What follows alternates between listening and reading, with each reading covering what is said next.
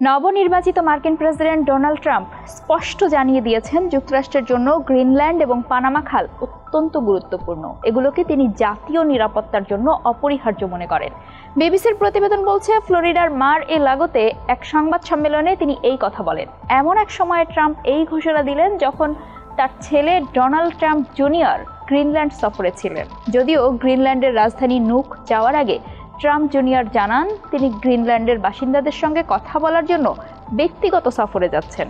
তবে ডেনমার্ক ও পানামা স্পষ্ট ভাষায় জানিয়ে দিয়েছে যে তারা কোনো পরিস্থিতিতেই নিজেদের ভূমির মালিকানা ছাড়বে না।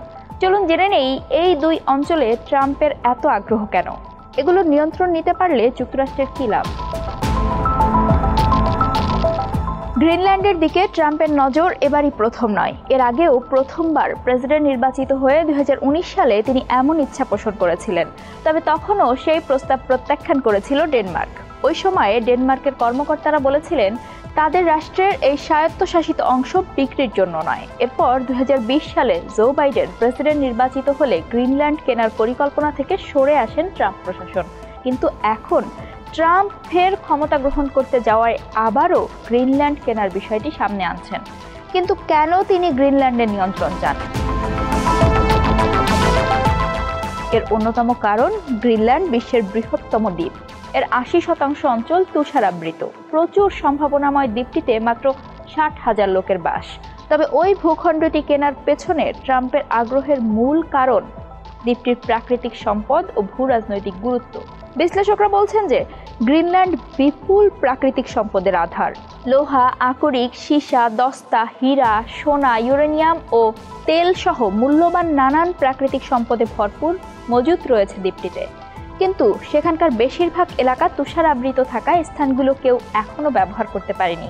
বৈশ্বিক উষ্ণায়নের কারণে দ্বীপটির বরফ দ্রুত গলে যাচ্ছে এবং প্রাকৃতিক সম্পদ ব্যবহারের অপার সম্ভাবনাও উন্মোচিত হচ্ছে। দ্বীপটির বরফ গলার ফলে সেখানকার ভূমি ব্যবহারের সুযোগ বাড়বে। এটি ট্রাম্পের গ্রিনল্যান্ড কেনার প্রতি আগ্রহ দেখানোর বড় একটি কারণ বলে মনে করেন বিশ্লেষকরা। এছাড়া ভূ রাজনৈতিক কৌশলগত দিক থেকে মার্কিন যুক্তরাষ্ট্রের জন্য গ্রিনল্যান্ডের গুরুত্ব রয়েছে। ট্রাম্প বলেছেন চীন ও রাশিয়ার জাহাজগুলোর গতিবিধিতে নজর রাখার জন্য দ্বীপটি অত্যন্ত গুরুত্বপূর্ণ। সাংবাদিকদের ট্রাম্প বলেন, আমি এটি বলছি মুক্ত বিশ্বের নিরাপত্তার স্বার্থে।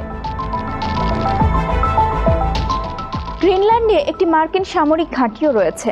আর্কটিক সার্কেলের 750 মাইল উত্তরে অবস্থিত ওই সেনাঘাঁটি অত্যাধুনিক প্রযুক্তি সমৃদ্ধ এবং সেখানে একটি রাডার স্টেশনও রয়েছে। যুক্তরাষ্ট্রের এয়ারফোর্স স্পেস কমান্ড ও নর্থ আমেরিকান অ্যারোস্পেস ডিফেন্স কমান্ডও সামরিক ঘাঁটিটি ব্যবহার করে থাকে। এছাড়া ইউরোপে সামরিক শক্তি বাড়াতে ট্রাম্প গ্রিনল্যান্ড কেনার চিন্তা ভাবনা করেছেন বলে মনে করছেন বিশ্লেষকরা। কারণ উত্তর আমেরিকা থেকে ইউরোপে যাওয়ার সবচেয়ে ছোট রুট গ্রিনল্যান্ড।